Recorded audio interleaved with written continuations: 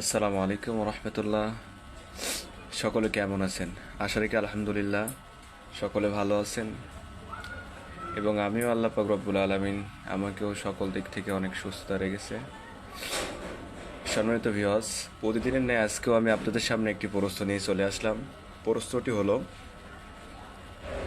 যে হিন্দুদের যে কোনো পূজা অনুষ্ঠান হয় সেই পূজা অনুষ্ঠানে অংশগ্রহণ করা যাবে কিনা এবং সহযোগিতা করা যাবে কিনা, এক্ষেত্রে শরীয়তের বিধান কি? এখন প্রশ্নের উত্তর হলো যে হিন্দুদের পূজা অনুষ্ঠান এটা হচ্ছে শরিয়াত বিরোধী একটা কাজ। এখন এই হিন্দুদের পূজায় এবং তাদের অনুষ্ঠানে উৎসবে সহযোগিতা করা এটা হচ্ছে ইসলামের শরিয়াতে সম্পূর্ণ হারাম। কেউ যদি এটাকে মনে করে, কেউ যদি এই পূজা এবং তাদের উৎসবে যদি সহযোগিতা করা সওয়াব এবং হালালের কাজ মনে করে, তাহলে তার ঈমান চলে যাবে।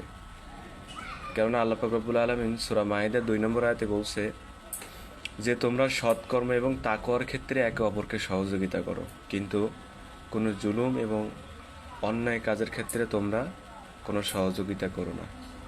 এই জন্য এক্ষেত্রে পূজা এবং হিন্দুদের যে অনুষ্ঠান এগুলো হচ্ছে গয়রুল্লাহর সাথে সংযুক্ত, আল্লাহর শিরকের সাথে সংযুক্ত। এই জন্য এই ধরনের কাজে সহযোগিতা করা এবং অংশগ্রহণ করা উভয় হারাম কাজ। এজন্য আমরা এই সমস্ত কাজ থেকে, পূজা পার্বণে, তাদের হিন্দুদের উৎসব থেকে আমরা সকলে দূরে থাকব।